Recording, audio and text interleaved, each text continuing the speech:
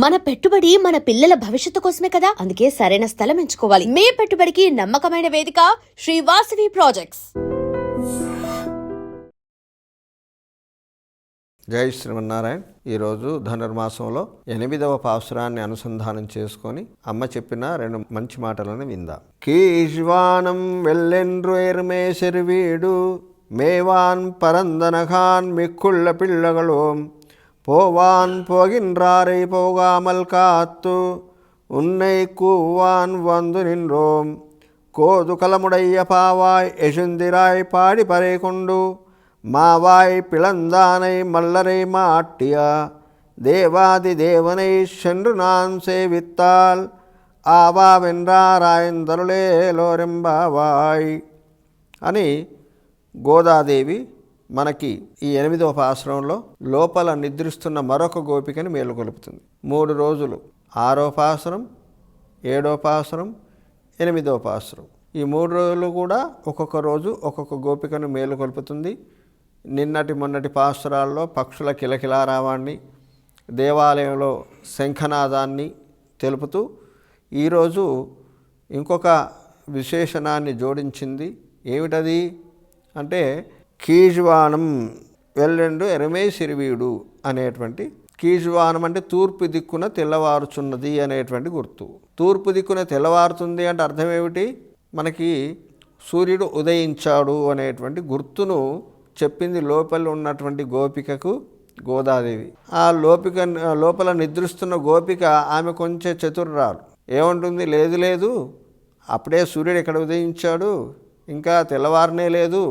ఆ చంద్రుని కాంతి మీ ముఖాలపైన పడి, మీ ముఖాలు కూడా ఎలా ఉన్నాయి? చంద్రబింబం లాంటి మీ ముఖాల మీద ఆ చంద్రకాంతి పడి అది ప్రతిబింబించి మీకు తెల్లారినట్టుగా అనిపిస్తుంది. చూడండి, చిన్నపిల్లలే కానీ ఎంత చక్కగా వాళ్ళు సంబోధిస్తున్నారు, మాట్లాడుతున్నారు, సమాధానపరుస్తున్నారు, మేలుకొలిపే ప్రయత్నం ఏమే చేస్తుంది. ఇంకా ఎంత చెప్పినా కూడా, ఎంత పిలిచినా కూడా నిదుర వీడని పరిస్థితిలో ఆ లోపలి గోపికలు ఉన్నారు. వాళ్ళు మనమే.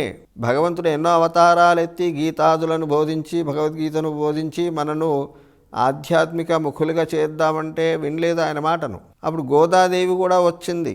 ఆళ్వార్లు ఎంతోమంది, 10 మంది ఆళ్వార్లు వచ్చి 4,000 దివ్య ప్రబంధాన్ని మనకు బోధించారు. అది ద్రవిడంలో, తమిళంలో ఉండడం చేత మనకు అంతగా పట్టలేదు. అందుకనే తిరుప్పావై, మళ్ళీ గోదాదేవి అదే ద్రవిడ దేశంలో తమిళనాట అవతరించి మనకి ధనుర్మాసాన్ని ఈ తిరుప్పావైని తమిళంలో చెప్పినా కూడా 4,000 పాసురాల కంటే 30 పాసురాలు సులువుగా కాస్త చదువుకోవడానికైనా ఎవరికైనా, కాబట్టి ఎక్కువ ప్రాచుర్యాన్ని పొందింది. ఇది ఎలాగంటే సూక్ష్మంలో మోక్షం అన్నట్టుగా బోధించింది గోదాదేవి. గతంలో ఆళ్వార్లందరూ చెప్పిన విషయాన్ని చెప్పింది అమ్మవారు. కాకపోతే అవి పెద్దగా ఘనంగా ఉండి 1000 పాసురాలు చదవాలంటే కష్టం కాబట్టి స్వీట్ కోటెడ్ అన్నట్టుగా ఒక 30 పాసురాల్లోనే మనకు తత్వాన్ని, భగవతత్వాన్ని, భగవద్ని ఎలా ఆశ్రయించాలి ఇవన్నీ బోధించిందనమాట. అయితే ఇంకోటి ఏమిటి, కేవలం తెల్లవారడమే కాదమ్మా, గేదెలు కూడా సిరివీడు చిన్న గేదెలు, చిన్న పచ్చిక బయలు మేయడానికి బయలుదేరిపోతున్నాయి. అంటే ఈ చలికాలంలో తెల్లవారే ముందు తెల్లవారుజామున మంచు కురుస్తుంది గడ్డి మీద అంతా కూడా. అలాంటి లేత గడ్డిని కనుక పశువులు తింటే ఎక్కువగా పాలిస్తాయట. కాబట్టి తెల్లవారక ముందే ఆ పశువులను, గేదెలను పాలు పితికి పంపిస్తారు మేతకి ఆ గోపాలురంతా కూడా. దాన్ని గుర్తుగా చెప్పి అమ్మాయి, అదిగో గేదెలు సిరివీడు ఆ పచ్చిక బయలు మేయడానికి బయలుదేరుతున్నాయమ్మా, ఇకనైనా నువ్వు లేచిరా అని చెప్పి లోపల ఉన్న గోపికను సంబోధిస్తుంది. తర్వాత మిక్కుళ్ళ పిల్లగళం పోవాన్ పోగిన్రారై పోగా మల్కాత్తు అంటే మిగతా గోపికలందరూ వచ్చారా అన్నట్టుగా లోపల నుండి ఆమె ఏదో ధ్వని చేస్తే ఈమె చెప్తుంది గోదాదేవి, వచ్చారమ్మా, అందరూ గోపికలు అందరూ వచ్చారు, వాళ్ళందరూ కూడా శ్రీకృష్ణుని దర్శనానికి వెళ్తున్నారు. వీళ్ళు మార్గశీర్ష స్నానవ్రతం అని చెప్పి ఈ గోపికలందరూ కలిసి ఎక్కడికి వెళ్తారు? గోదా గోష్ఠి అంతా శ్రీకృష్ణుని యొక్క గృహానికి, సన్నిధికి వెళ్తారన్నమాట. కాబట్టి ఈమె చెప్తుంది, మిగతా వాళ్ళంతా ముందే బయలుదేరిపోయారమ్మా, నీకంటే నాకంటే ముందు. వాళ్ళు ఎందుకు పోతున్నారు అంటే శ్రీకృష్ణుని దర్శనమే వాళ్ళకు పరమ ప్రయోజనం. అలాంటి కృష్ణ దర్శనాన్ని పొందడానికి వాళ్ళు వెళ్తున్నారు. అయ్యో నువ్వు నిద్రిస్తున్నావు కదా అని చెప్పి నీ కోసం వాళ్ళను కూడా ఆపానమ్మ నేను, మనం అందరం కలిసి వెళ్తే బాగుంటుంది, కృష్ణుడికి కూడా ఆనందం కలుగుతుంది అని చెప్పి పోవాన్ పోగిన్రారే పోగామల్ కాత్తు అని ఉన్నయి కూవాన్ వందునిన్ రోమ్ అని చెప్పి మరొక సంబోధన చేస్తుంది. అడ్డి నీకై నేను నిలిపి ఉంచాను వాళ్ళని, నువ్వు రా, వస్తే నువ్వు కూడా వచ్చి గోష్ఠిలో చేరితే ఆ గోష్ఠికి ఆనందం కలుగుతుంది, అందం కలుగుతుంది అని చెప్తుంది. కోది కులముడయ్య పావాయ్ యశుందిరాయ్ పాడి పరేకొండు. శ్రీకృష్ణునికి కుతూహలమును పెంచే గోపిక అంటే ఈమెలో స్త్రీత్వ పరిపూర్తి ఉందట. పరిపూర్ణ స్త్రీ లక్షణాలు గుణాలన్నీ కూడా ఈమెలో పుష్కలంగా ఉన్నాయట ఈ లోపల ఉన్న గోపిక. అంటే ఏమిటంటే భక్తుడికి ఉండవలసినటువంటి లక్షణాలు ఎవరికైతే ఉంటాయో వారిని పరమ భాగవతోత్తములు అంటారు. అలాంటి కోవకు చెందిన వాళ్ళు మన ఆళ్వార్లు. ఆళ్వార్లు అంటే వాళ్ళు భక్తి సాగరంలో నిండుగా మునిగి ఒకసారి పైకి లేచి వాళ్ళు పొందిన ఆ భగవద్ అనుభవాన్ని, ఆ ఆనందాన్ని వ్యక్తపరిచిన వాళ్ళు మన కోసం, లోకం కోసం అన్నమాట. అలాంటి ఆళ్వార్లను ఎట్లా భక్తి పరిపూర్ణులుగా చెప్తాం మనం. అట్లాగే ఈ లోపలున్న గోపికను కూడా స్త్రీత్వ పరిపూర్ణురాలా అంటుంది. అంటే ఈమె పరిపూర్ణ స్త్రీతత్వం ఈమెలో ఉంది కాబట్టి ఈమె చూడగానే కృష్ణుడు ఆనందిస్తాడు, ఆమె ద్వారా మనందరినీ కూడా అనుగ్రహిస్తాడు అని చెప్పి గోదాదేవి ఆమెను ముందుంచుతుంది. పాడి పరేకొండు అని చెప్పి ఇంకొక సంబోధన ఏమిటి? పాడి పరేకొండు. ఎందుకోసం వెళ్తున్నాం? మనకు పరై కావాలి. పరై అనేటువంటి వాయిద్యము, పరై అంటే మోక్షము. కాబట్టి ఆ పిల్లలకి ఇంకా మోక్షం అనేది కాదు, ఇక్కడ మనకి తెలియజేసేది ఏంటంటే ఏదన్నా ఒక చిన్న గుర్తుగా చెప్పి దాని వెనుక ఉన్నటువంటి తత్వాన్ని మనకు బోధిస్తుంది గోదాదేవి. కాబట్టి పాడి పరేకొండు, ఆ స్వామి గురించి పాడి, ఆ శ్రీకృష్ణుడి గురించి పాడి మనం పరేని పొందుదాము అని చెప్తుంది. ఇంకేమిటి? పాడి పరేకొండు మావాయ్ పిలందానై మల్లరై మాట్టియా. మావాయ్ పిలందానై మల్లరై మాట్టియా. అలాంటి ఆ కృష్ణుణ్ణి మనం స్తోత్రం చేద్దాం. ఎలా స్తోత్రం చేయాలట? ఎవరి దగ్గరికైనా వెళితే వాళ్ళు చేసిన ఘనకార్యాలను ఒకసారి వాళ్ళ ముందు విన్నవించుకుంటాం మనం. మీరు ఇలాంటి వారండి, అలాంటి వారండి, ఇంత దానకర్ణులండి అని చెప్పినప్పుడు వాళ్ళలో సహజంగా ఆ గుణం ఉంటుంది. దానికి ఇంకొంచెం మనం అగ్నిలో ఆజ్యం పోసినట్టు అవుతుంది. వాళ్ళు త్వరగా మనకి అనుగ్రహాన్ని కలిగిస్తారు, మన పట్ల కలిగి ఉంటారని చెప్పి ఆ కృష్ణుణ్ణి మల్లరేమా అట్టియా అంటే కువలయా పీడనం చేసిన వాడు, మల్లయోధులైనటువంటి ముష్టిక చాణూరులను కూడా సంహరించిన వాళ్ళు. శ్రీకృష్ణుడి మీద కంసుడు ఎన్నో హత్యా ప్రయత్నాలు చేస్తాడు. వృత్రాసురుణ్ణి, బకాసురుణ్ణి, ధేనుకాసురుణ్ణి, శగడాసురుణ్ణి, పూతన వీళ్ళందరూ అయిన తర్వాత ఇక లాభం లేదు, ఏదో మాయ పన్నుతున్నాడు ఆయన అక్కడ, కాబట్టి అక్కడి నుంచి బయటికి రప్పిద్దాం కృష్ణుణ్ణి అని చెప్పి ఒక నెపం చేత అక్కడ మల్లయోధులందరినీ కూడా ఉన్నారు, మీరు వచ్చి యుద్ధం చేయండి అనేటువంటి ఒక మిషన్ కల్పిస్తాడనమాట కృష్ణుణ్ణి బలరాముని రప్పించడం కోసం. వాళ్ళు వస్తుండగానే అక్కడ ముష్టిక చాణూరులు అనేటువంటి రాక్షసులను, కువలయపీఠం అనేటువంటి ఏనుగులు, వాళ్ళు నగరంలోకి రాకముందే మదగజాలు, మత్తెక్కినటువంటి 2 మదగజాలను వాళ్ళ దగ్గర పంపిస్తాడు కంసుడు. వాళ్ళిద్దరు కూడా ఆ మదగజాలను మట్టి పెట్టేస్తారు. దాన్ని కువలయాపీడనము అంటారు. కువలయము అంటే మాయ. మనం భగవంతునికి చేరడానికి కూడా ఈ కువలయము, ఈ మాయ అనేది మన చుట్టూ ఆవరించి భగవంతుని మనం ఆశ్రయించకుండా చేస్తాయి. కాబట్టి ఆయన నామాన్ని కీర్తిస్తే చాలు, ఆ కువలయాన్ని కూడా ఆయన ఛేదించి ఆయన యొక్క సన్నిధికి మనం చేరే మార్గాన్ని మనకు సుగమం చేస్తాడు శ్రీకృష్ణ భగవానుడు. ఆ తర్వాత మల్లరే మాట్టియా. ఇక్కడ ముష్టికుడు, చాణూరుడు అనేటువంటి 2 మల్లయోధులు ఉన్నారు.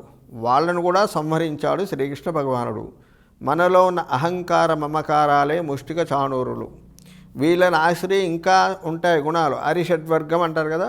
అహంకారము, కామ, క్రోధ, లోభ, మోహ, మదమాశ్చర్యాలు అని చెప్తారన్నమాట. కాబట్టి ఎప్పుడైతే నేను అనేటువంటి అహంకారం ఉంటుందో దాని పక్కనే మమకారం ఉంటుంది. దానికి సంబంధించిన కామక్రోధ లోభాదులన్నీ కూడా వాటిని అనుసరించి ఉంటాయి, అరిషడ్వర్గము. కాబట్టి ఈ ప్రధానమైనటువంటి ముష్టిక చాణురులు లాంటి మనలో అహంకార మమకారాలను స్వామి తొలగించి ఆయన యొక్క సన్నిధికి చేర్చుకుంటాడు. కాబట్టి మనం ఆ భగవంతుని యొక్క నామాన్ని కీర్తిద్దాము. ఆయన ఎలాంటి వాడు? మళ్ళీ దేవాదిదేవనై, దేవతలందరికీ కూడా దేవుడు. మనం చెప్పుకుంటున్నాం కదా, అగ్ని అని, వరుణుడని, వాయువని, ఇంద్రుడని, ఇలా రుద్రుడు, బ్రహ్మ మొదలగు దేవతలందరూ, వీళ్ళందరికీ కూడా దేవాది దేవుడైనటువంటి వాడు. వాళ్ళందరికీ కూడా ఆపద వస్తే తానే ముందు ఉండి రక్షించేవాడు. అలాంటి దేవాది దేవునై సేవిత్తాల్, ఆ స్వామిని సేవించి మనం ఈ వ్రతానికి పరమ ప్రయోజనమైనటువంటి పరైని పొందుదాం. కాబట్టి అమ్మ, నువ్వు ఆలస్యం చేయకుండా త్వరగా లేచిరా, మన గోష్ఠిలో చేరు, భాగవత అనుభవాన్ని మనం పొందుతూ ఆ శ్రీకృష్ణ భగవాను స్తుతించి ఆయన ద్వారా మన వ్రతానికి కావలసిన ఆ పరికరాలను పొందుదామని చెప్పి గోదాదేవి ఈరోజు మరొక గోపికని మేలుకొల్పింది. ఆవావెన్రా సేవిత్తాల్, దేవాది దేవనై సేవిత్తాల్ ఆవావెన్రాని దరులా అని చెప్తుంది అన్నమాట. అంటే ఇక్కడ ఆ దేవాది దేవుడైనటువంటి ఆ శ్రీకృష్ణుని కనుక మనము త్రికరణ శుద్ధిగా సేవించినట్లయితే ఆయన ఏం చేస్తాడు? భగవంతుడి సహజ లక్షణం ఏమిటంటే మనం అడగకుండానే అన్నీ ఇస్తాడు స్వామి. ఇప్పుడు ఇంత గొప్ప మానవ జన్మ మనకి ఇచ్చాడు. మనకు తెలుసా? మనం అడిగామా స్వామి నాకు ఇలా ఇవ్వాలి, ఈ జన్మ ఇవ్వాలని? పోనీ జ్ఞానం వచ్చిందా? మానవ జన్మ ఇచ్చాడు, కానీ మరి ఉత్తమమైన మానవ జన్మలో ఎంతమందికి భగవద్జ్ఞానం ఉంది? ఎవరికి ఆధ్యాత్మిక జ్ఞానం ఉంది? ఎవరికి మోక్షం పొందాలనే జిజ్ఞాస ఎంతమందికి ఉంది?